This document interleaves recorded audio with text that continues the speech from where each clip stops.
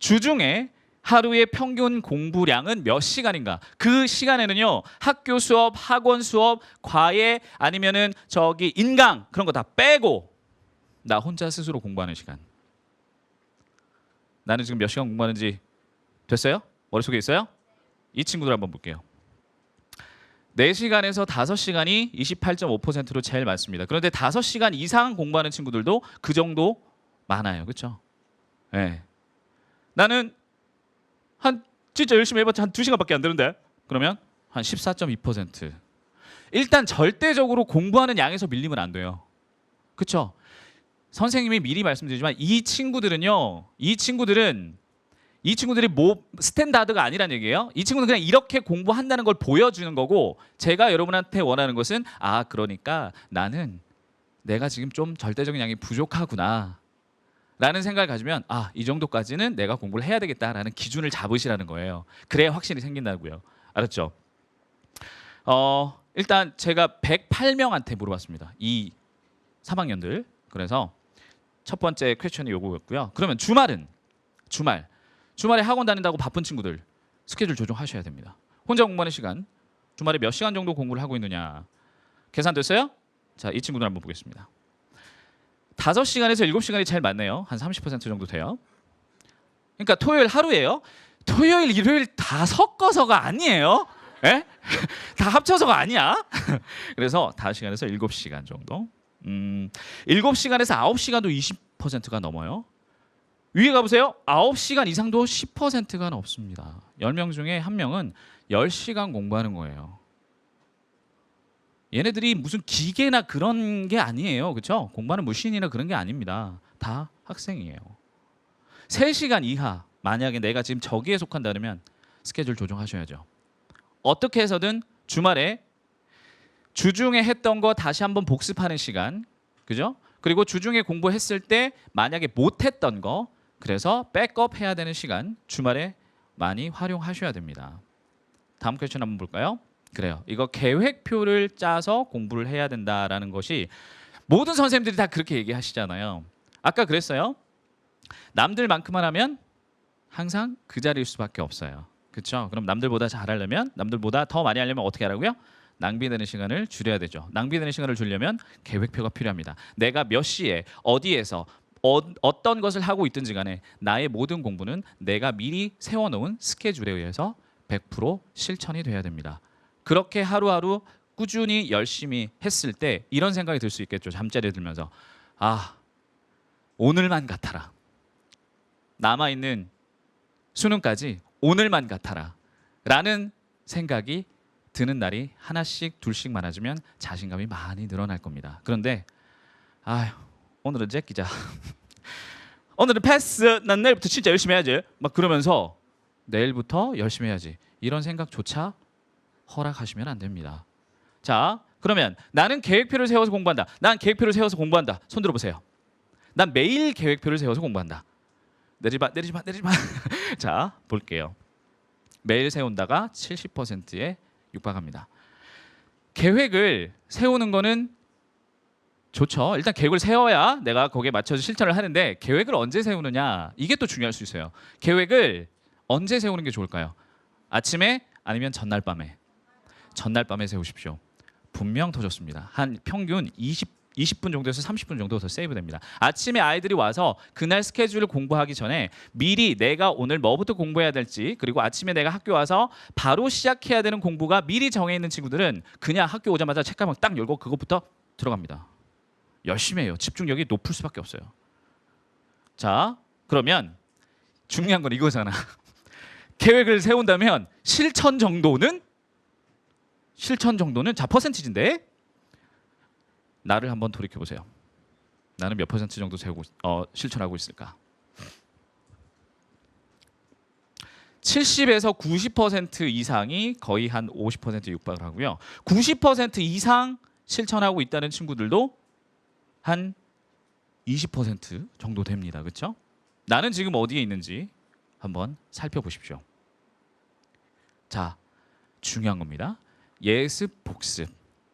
예습을 안 해도 돼 라고 얘기하는 선생님 계세요? 그런 말 들어봤어요? 너는 복습을 안 해도 돼. 안 들어봤죠? 다 예습 복습하라고 하죠. 하세요? 여보세요? 나는 예습 복습 다 한다. 손 들어보세요. 얼마 안 되잖아. 그죠? 내리세요. 잘하고 있습니다. 나는 복습만 한다. 그래요. 복습만 하는 친구들이 훨씬 많아. 잘하지 않고 있어요. 그러면 나는 예습만 한다. 없네요. 내 공부에 예습 복습 따윈 없어. 볼까요? 크게 다르지 않습니다. 그렇죠? 둘 다 열심히 한다는 30%가 채 되지 않고요. 복습만 열심히 한대요. 44.7%. 그리고 예습만 한다는 친구도 8.5% 있고요. 그런 거 나는 안 하는데요. 10%. 저런 친구가 되어서는 안 되겠죠. 네, 물론 설문은 익명으로 했습니다. 그러면 복습과 예습을 한다라고 쳤을 때 비율은 어떻게 되느냐? 자, 예습과 복습의 비율은 뭐가 많을 것 같아요? 복습이 많을 것 같죠? 맞습니다. 복습이 압도적으로 많습니다. 10대 90이에요. 1대 9입니다. 예습 10%, 복습 90%, 30% 70%, 그리고 50대 50으로 한다는 친구도 10% 정도 되고요. 네, 70대 30, 90대 10 있긴 있습니다. 뭐가 더 좋을까를 지금부터 한번 생각을 해보세요. 자, 저희 반 학생의 플래너입니다. 네, 날짜를 보시면 며칠 안 됐다는 걸 알 수가 있을 거예요. 보시면요, 밑에 적혀 있는 이거는 뭐겠습니까? 하루에 공부한 시간이에요. 요즘에 타이머 되게 성능 좋더라고요. 그 시계 있잖아요, 그렇죠? 수능 시계. 네. 그래가지고 혼자 오늘 하루 종일 공부한 시간의 총 합까지 우리 뭐 할 수 있더라고요. 네. 저도 못할 것 같은데. D-23은 뭐겠어요? 네? 6월 모평. 6월 모평. 네. 저기 밑에 보시면은 이 친구는 계획을 상당히 구체적으로 많은 것들을 하고 있습니다. 그렇죠? 그런데 하나하나씩 살펴보세요. 여러분이 하고 있는 거랑 크게 다르지 않을걸요? 맞죠? 인터넷 수능 4강을 이 친구는 지금 언제 하냐면 점심시간에요. 이 친구 공부 잘할까요? 못할까요? 잘할 것 같죠? 근데요, 잘합니다. 이 친구는 1학년 때부터 꾸준히 자기 혼자서 이렇게 전날 밤에 스케줄, 다음날 스케줄 딱 짜고 그 다음날 거기에 맞춰서 최대한 90% 이상 실천하는 친구예요. 성적이 많이 오를 수밖에 없어요. 그런데 솔직히 저 개인적으로는 욕심이 많아서인지 모르겠지만 담임으로서 아쉬운 점이 있긴 있습니다. 뭐가 없어요? 잘 예습이 없어요. 물론 예습을 여기에 적어놓지 않았을 수도 있죠. 생각해 보세요. 예습을 왜 안 하는 걸까요?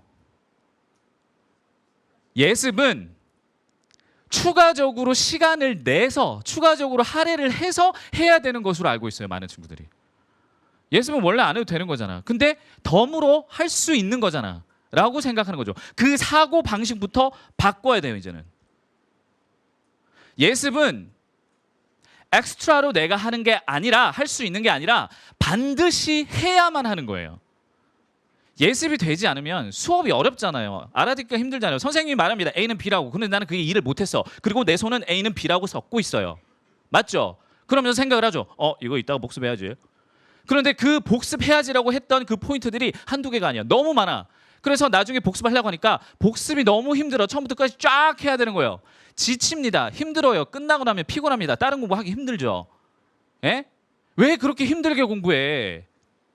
어쨌든 연계 교재를 강의를 통해서나 수업을 통해서나 공부를 할 때 내가 혼자 먼저 보란 얘기예요. 그리고 나 혼자 해결할 수 있는 거는 충분히 최대한 해결을 하라고요. 그리고 내 혼자 힘든 것, 나 혼자 하기 힘든 것들을 체크를 해서 이거 수업 시간에 선생님한테 질문해야지. 선생님 이 수업 이 부분은 잘 들어야 되겠구나. 내가 모른다고 체크한 걸 선생님이 수업 시간 하는데 내가 잠이 오니? 안 오잖아요. 집중력이 높아질 수밖에 없는 거예요. 그렇구나. 오케이. 됐어. 그런데 이거는 잘 모르겠어. 선생님 이거 그냥 넘어가셨어. 선생님 이거는 왜 이렇게 되는 건데요? 라고 질문하셔야죠. 모르는 걸 왜 그냥 넘깁니까? 알 권리는 여러분한테 있는 건데 왜 권리를 포기하십니까? 그렇죠? 근데 그렇게 공부 안 하시잖아요. 왜?